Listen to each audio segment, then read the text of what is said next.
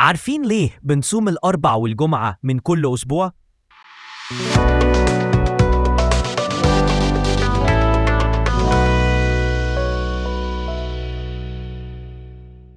يوم الأربع والجمعة في الكنيسة هما يومين مهمين جدا، وعشان كده الكنيسة خلتهم صيام من الدرجة الأولى، يعني ما ينفعش ناكل فيهم أي لحوم أو أسماك.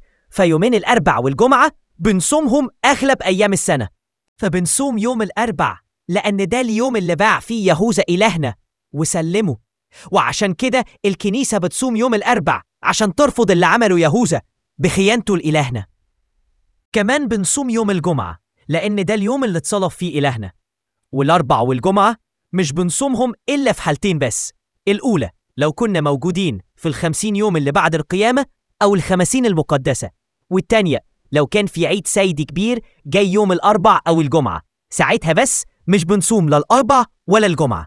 ولو في صيام زي صيام الرسل واللي هو من الدرجة التانية واللي بينفع ناكل فيه سمك، برضو ما ينفعش ناكل فيهم سمك يوم الأربع والجمعة جوه الصيام ده وده، لأن الأربع والجمعة الكنيسة حطتهم صوم من الدرجة الأولى واللي ما ينفعش ناكل فيهم أي لحوم أو أسماك.